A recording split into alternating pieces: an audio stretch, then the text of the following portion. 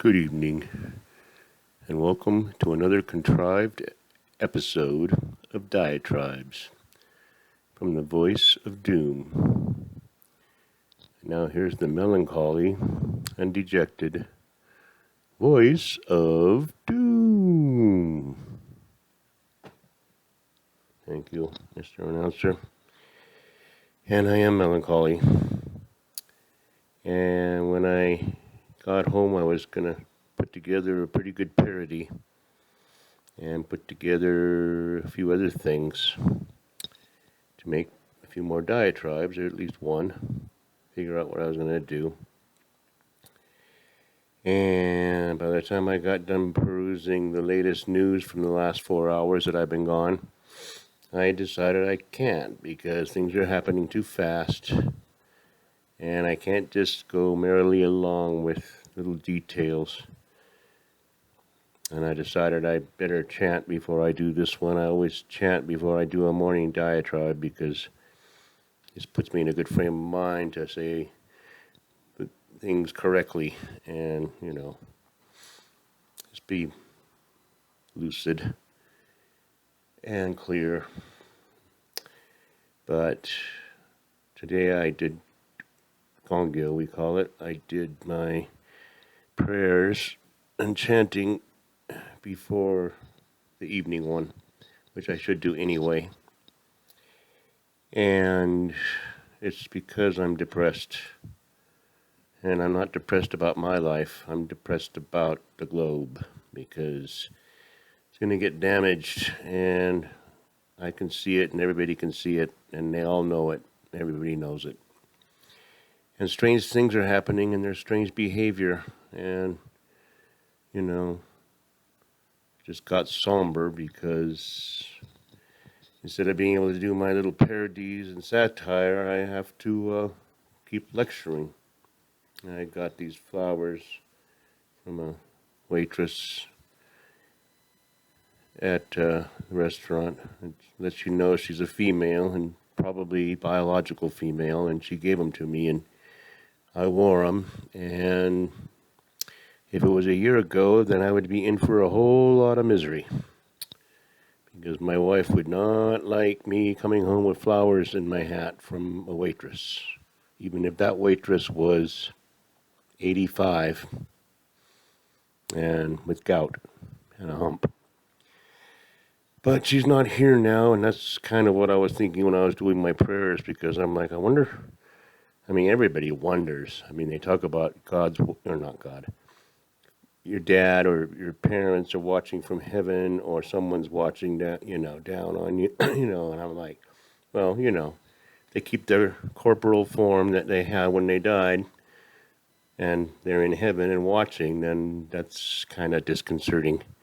Because I do things in my prayers that aren't the best, like I don't put my wife's name first sometimes when I'm doing the prayer for the deceased and relatives who have passed away. And then I think, I don't think it matters. It's the thought that counts sometimes, and that's kind of profound. But I don't know, get off on a tangent because I don't want to get into why I'm depressed and somber, but I'm seeing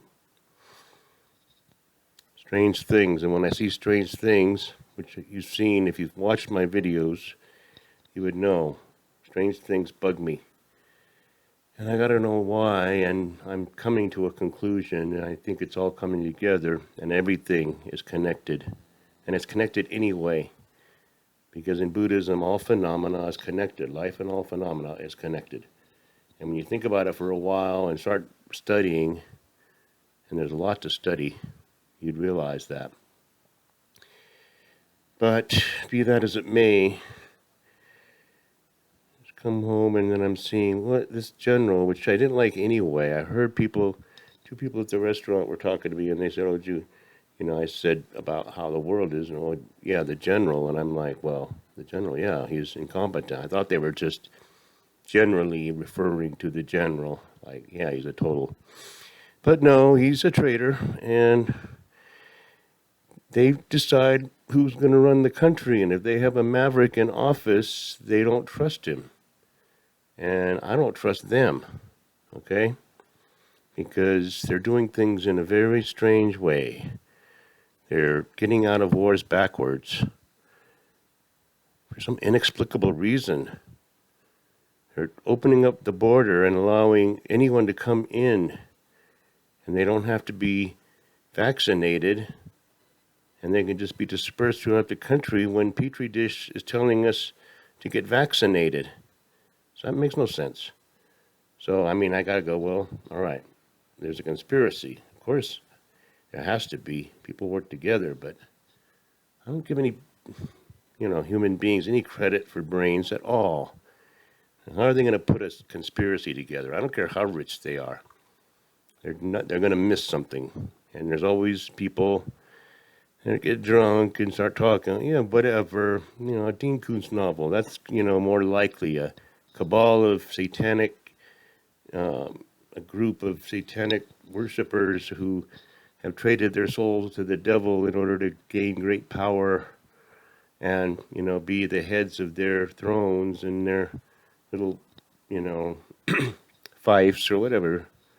All the conspiracies. I could go through that. I could do tons of diatribes on that kind of stuff. And it's very confusing. But let's just say the conspiracy. Okay, that's one thing. Now, the behavior is just like, let's see how much we can do before the public goes, wait a minute, no more of this. What's going on? How strange can we get before things, people finally say, no, something's wrong here. And they're getting very far because they're doing everything very strangely and they're obfuscating things and they're saying our life depends on it. And things are happening very quickly. And I knew they would. I had a whole bunch of stuff on Afghanistan because I don't want to get off that subject. And I know that I'm going to have to because things are going to happen fast. Afghanistan is not even a catalyst. It's just the beginning. It's Sarajevo. And you got to be Victor Davis Hanson to know even what I'm talking about. But I mean, we set everything in place for a major, major conflagration. And I don't think we're going to be invited to the party. I think America's going to be left out on the sidelines and in the penalty box. Because nobody's going to want us as a friend or enemy. And whether that's by accident or design, it's the way it is right now. America is very different than it was a month ago. Very different. I mean, I know everybody sees it, but, the radicals, and by radicals I mean what kind of society do they want? They want a fair society where everything's a potluck, and I said all through my diatribes, this globe is very complicated, extremely complicated. They build big, huge things that have to work. I don't want to go into detail, but I'm going to recap everything I said from the beginning because I'm going to do it just like Hannity. I might have to do it over and over again to explain why. And I'll do it until the big shutdown, which will be probably in about 75 days. Then there won't be communication. I'm going to go to the beginning and try to explain it now. Like I said right in the beginning, America has been so lucky. We've had the life of Riley for 3 generations. It's been the best lifestyle in the history of the known civilization, of what we have on recorded record. We lived like kings, and we did it by spending money we didn't have on war. And we know that was wrong. And now when everybody looks back, everybody that's my age looks back and goes, yeah, we didn't have to be in those wars in the first place. We didn't need all those bombs. The atomic bombs, we had so many that we weren't afraid of them. They were an abstract cosmological construct to us. Because we knew that if anybody started using them, we'd blow the whole planet up. MAD, that was a very secure system. We don't have that anymore. We don't know what the hell somebody's going to do. And you don't know how many hotspots there are in the world right now. It boggles the mind. And I'm going to say it one more time that since go along the chain of command or go along the cause and effect, we based our economy on war in order to live like kings, relatively, And we're going to pay the piper now with karmic retribution, because if you want to see why you're getting what's happening now, you look at the causes made in the past. When you want to know what the effects of the future are, you look at the causes you're making in the present. It's very simple and it's irrefutable. But I want to explain it because we're going to get the karmic retribution of allowing America to have the life of Riley and have a stabilized economy, which really never happened in American history. There was depressions constantly. It was constantly, crises, just like we have now, only we decided, hey, we can create this military industrial complex and generate enough money and jobs to keep the economy going. And we'll just borrow a couple billion, no, a couple hundred billion, well, 200 or 300 billion, well, maybe 500 billion. We saw it coming in 92. I was preaching like this in 92, and some people said it's going to be farther down the line, and I said, when? They said, well, like 25 years. No, it's 25 years, and it is happening this time for reals. I don't have to preach, because everybody can see it. Now, we're going to receive the karmic retribution. And luckily, the area that used to be called the United States is going to not be totally obliterated. We will be shut down. There will be disruptions, and there will be massive crises, global crises, that will dribble over to our side. But there's 3 tribes now on the globe. We're going to go right back to the very beginning concept. Instead of the tribes in America, well, we don't need to worry about that because there's no America. The 3 tribes, the totalitarian, don't call them communists, they're dictatorships. They got a lot of people to deal with, so they figure the best way to do it is with control. And the smart thing that the Zhang Guo did is they have half capitalism and half totalitarianism, which is sounds like a great combination, doesn't it? They're making lots of money, and they go, oh, China's in debt. Well, how much is America in debt? And they're going to do a 3.5 trillion infrastructure thing that's not going to build one bridge, not one, and we all know it. It's going to be taken and stolen, and the fraud. Everybody's been on the planet long enough to know. I don't see why I had to explain this. I'm very angry because I know it's coming and it's going to go fast. I can't talk about Afghanistan. That's going to go by the wayside because there's going to be another crisis. And then we're going to go, something happened at the border. Or, people are going to suddenly wake up and go, wait a minute, why? That doesn't make sense. Why would you say that's correct? That the immigrants that have a lot of COVID are coming in without inoculations.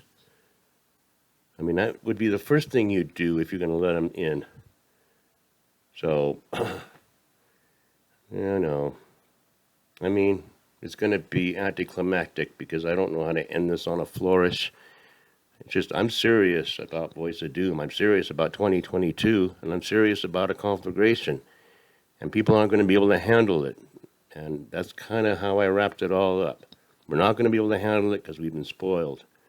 And yeah, some people live in trailers, and trailers aren't that bad. If you're by yourself and you keep to yourself, I mean, nobody has to be poor in America. Well, what used to be America.